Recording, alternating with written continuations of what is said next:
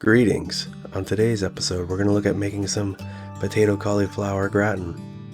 Easy to make, filling, and vegetarian. Sometimes you just need to accommodate. The base of this recipe, we need 1 onion, 4 cloves of garlic, 3 russet potatoes, 1 cauliflower, and oil to drizzle on top, as well as salt and pepper.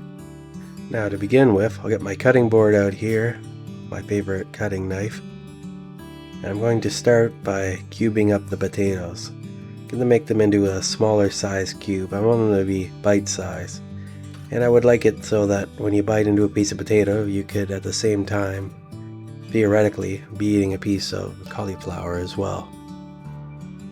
These potatoes are a little bit small that I'm using. They're from our garden, and I'm just cutting strips in them and then cutting the opposite direction. So it's a double strip cut, and it works good for getting a small cube. On a conventional russet potato, a wider one, you probably got to do 2 or 3 slices and then flip it 90 degrees and then another 2 or 3, and then you can do your cuts in the opposite direction and you'll have nice little cubes that are perfect for this application, as well as many others such as home fries. New video idea here. Now that our potatoes are essentially done due to hyperspeed, we'll move on to doing the onions. And as far as the onions go, or should I say onion because there's only one, we're just going to do a bit of a little dice to it. So you pre-scribe it, take off the end cap, and slice away. Of course, at the same time we're going to be using our cat's claw grip to make sure we don't lose any fingers, because that's unfortunate. Scoop away. Here's a different angle, same type of thing. Couple scribing lines, nice slicing, holding on to the root. That's why you always cut the onion when you cut it in half, so that the root is on both sides. And we're just going to slice up this garlic now. Just gave it a kind of a hit with the back side of the knife to kind of break it up a little bit, and then just kind of doing a fine slice. Goes pretty good. Collect all that up, and then we're ready for the next step. So what we're going to be doing now is we're going to be roasting everything. So I got a nice pan here, and I'm going to add all the potato and the onion and the garlic to it and kind of distribute it and then throw it in the oven.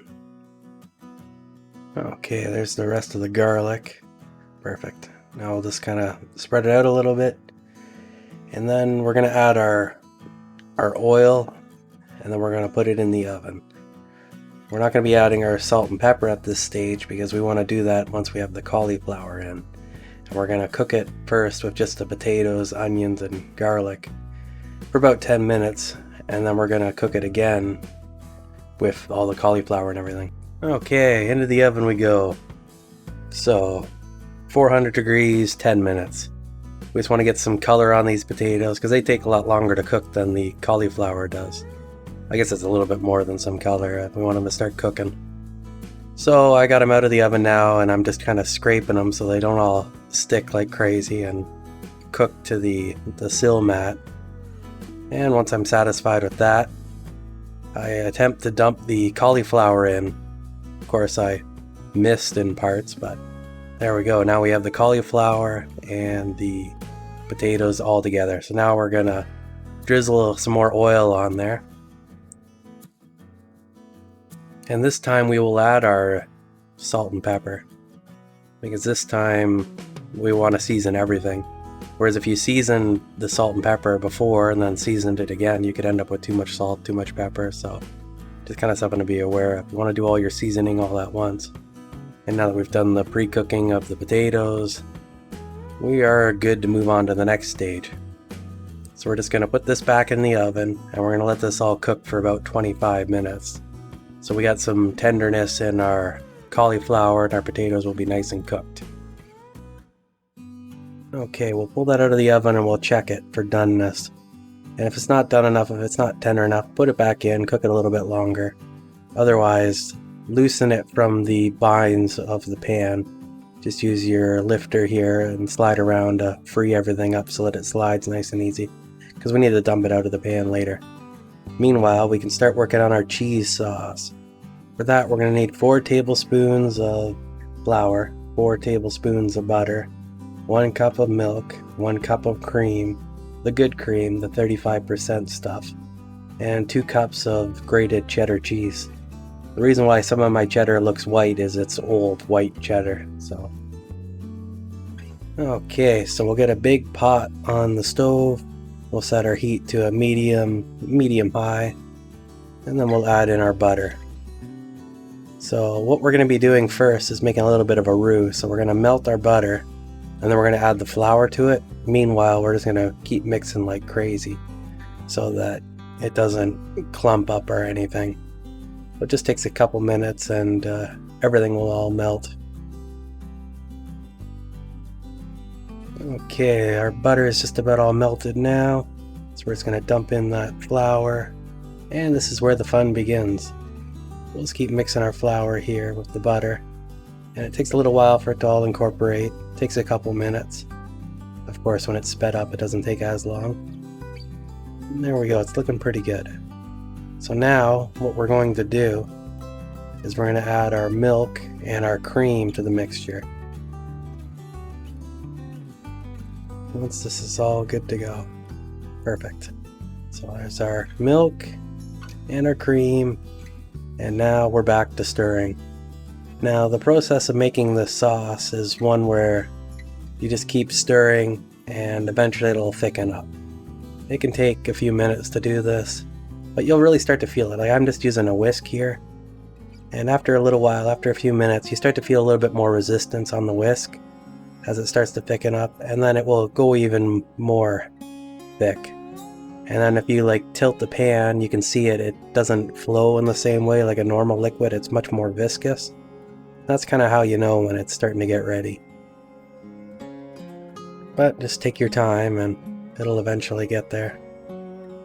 It's, I don't know if it's the most precise thing in the world, but there's also a method of testing its readiness of the backside of a spoon, if it sticks to it or something along those lines. But once it starts to get plenty of thick, and you really start to feel that resistance when you're stirring, like, it looks like a completely different mixture at this point than it did a couple minutes ago. So that's probably about ready now.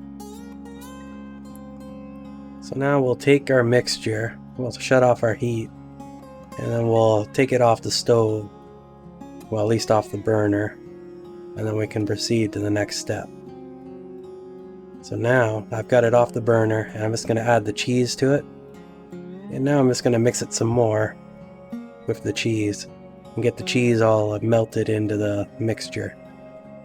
Doesn't take very long. The mixture is nice and hot from being on the stove, and there we go, looking very nice and creamy now, just the way we want it. So now we're almost there, we're almost done. A couple minutes of stirring, all the cheese will be incorporated into the mix, and then we're going to stir a little bit more for good measure, and then proceed to dump in the cauliflower and potato, onion, garlic mixture into the bowl. And give it a bit of a gentle stir, a little bit of a fold, to make sure not to break everything all apart. You don't want to turn your cauliflower into mush at this stage. But before I dump it in, it's time for a little bit of nutmeg. Okay, now that that's done, we'll start hand bombing our cauliflower, potato, garlic, onion mix in, and then folding it in with a wooden spoon, nice and gently. Perfect. Looking good. This is exactly what we want. Now we're going to take this and dump it in our nice buttered up pan here. Doesn't look like it's been buttered up, but it has. Camera just doesn't show it very well. We're just going to use our wooden spoon and just kind of work it in. Now for our final garnish, we got panko and we got some more grated cheese. So I'm just going to sprinkle this on top of the pan to get a nice covering. The amount of this that you're going to need is going to vary on your pan size and how much bready stuff you want on the top of it. I think mine could have probably used a little bit more than what I had here. I think I had about 1 cup of each. Probably could have did quite a bit more, and I think that would have been delicious. But is what it is. And once we're done with this, we'll throw it back in the oven another 25 minutes so we get some nice color on everything, and then we're good to go. We'll let it cool off a little bit once it's done cooking, and then you can eat it. It's delicious. So if you like this video, please like and subscribe, and if you have any comments, leave them below, and until next time, stay awesome.